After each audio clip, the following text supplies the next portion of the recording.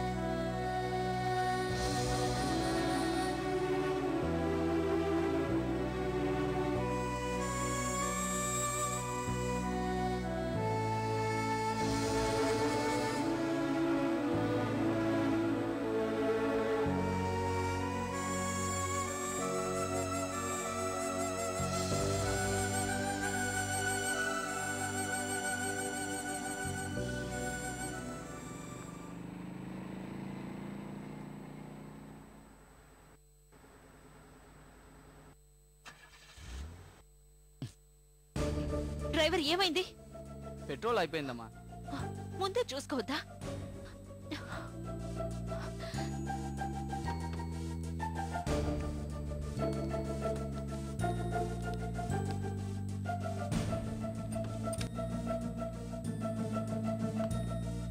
నేను వెళ్ళి పెట్రోల్ తీసుకొస్తాను. సరే త్వరగా వచ్చాయి. సరేమ్మా.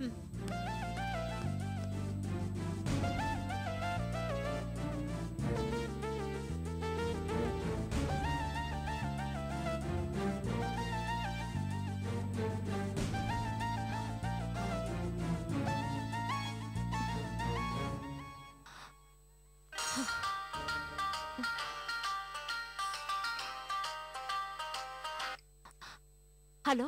చివరికి నీరజ్ చావు చూడడం కూడా మీకు ఇష్టం లేదు కదా? అందుకే నేను రమ్మని చెప్పినా మీరు రాలేదు. లేదు లేదు, నేను బయలుదేరాను.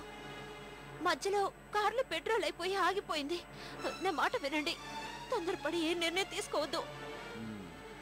సరే, మీకు మరో అరగంట టైం ఇస్తున్నాను. ఈ లోపు మీరు రాకపోతే ఇదే మీకు ఆఖరి ఫోన్ అవుతుంది. Hello hello hello hello.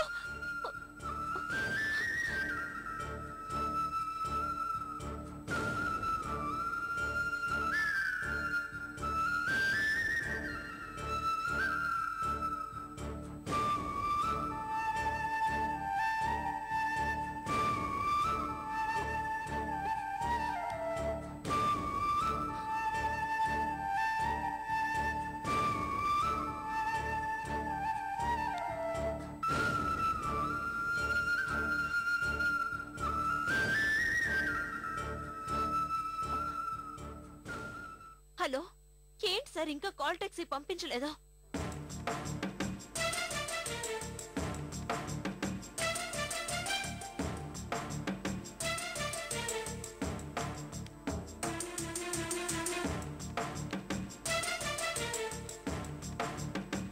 ఏంటి నీరజ్ గారు, ఏమిటి మీరు చేస్తుంది?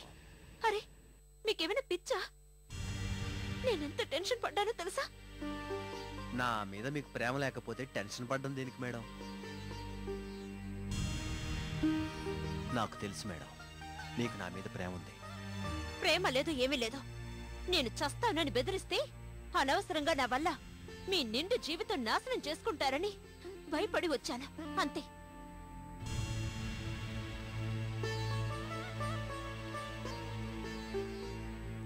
అసలు ఆ రాముని పెళ్లి చేసుకోవాలనే ఉద్దేశం మీకు ఎందుకు వచ్చింది మేడం? పోనీ ఆ రాము మీకు ఎందుకు నచ్చాడో ఆ విషయం అన్నా చెప్పండి. చూడండి, ఒకరి మీద ప్రేమ పెరగాలన్నా మరొకరి మీద ప్రేమ తగ్గాలన్నా మనసే కాదు, పరిస్థితుల ప్రభావం కూడా ఉంటుంది. దయచేసి అర్థం చేసుకోండి. ఆ పరిస్థితులు ఏమిటో నాకు అర్థమయ్యేలా చెప్పండి. సరే, అవసరం లేదు. అన్ని పరిస్థితుల్ని పక్కన పెట్టి ఇప్పటికిప్పుడే ఇక్కడికిక్కడే మన ఇద్దరం పెళ్లి చేసుకుందాం.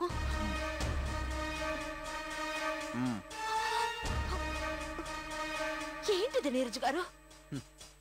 మీరు కాదు అంటే ఇదే చేత్తో నేను విషం తాగడానికి కూడా వెనకాడను.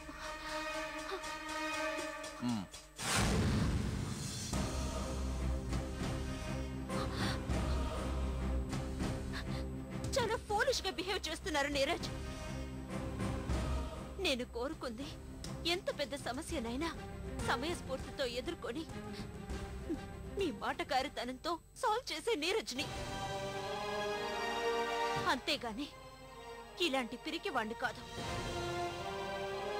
నేనే కాదు, ఏ ఆడపిల్ల పిరికి వాణ్ణి చూసి ఇష్టపడదు.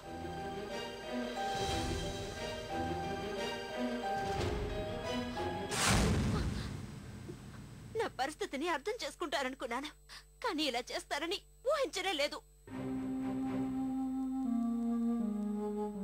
ఇప్పటికైనా నన్ను మర్చిపోయి ఆత్మహత్యలు అవి ఇవి అనకుండా కాస్త ధైర్యంగా బతకడానికి ట్రై చేయండి.